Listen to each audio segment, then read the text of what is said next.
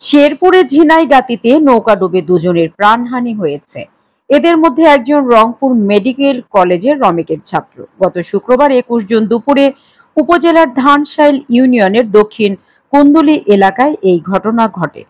Rangpur medical কলেজের ওই ছাত্রের নাম মোহাম্মদ মোশাররফ হোসেন মিল্টন। তিনি দক্ষিণ কুন্দুলি গ্রামের সুরাহাব মিয়ার ছেলে। মিল্টন রমেকের তৃতীয় বর্ষের ছাত্র ছিলেন। অপরজন আমানুল্লাহ, তিনি একই গ্রামের সাদা মিয়ার ছেলে। আমানুল্লাহ শেরপুর তিনানী কলেজের অনার্স দ্বিতীয় বর্ষের ছাত্র ছিলেন। স্থানীয়রা জানায়, দুপুর ২টায় ছোট নৌকা নিয়ে মিল্টন সহ তারা ৮ বন্ধু মিলে সোমেশ্বরী নদীর পাহাড়ি ঢালে ঘুরতে যায়।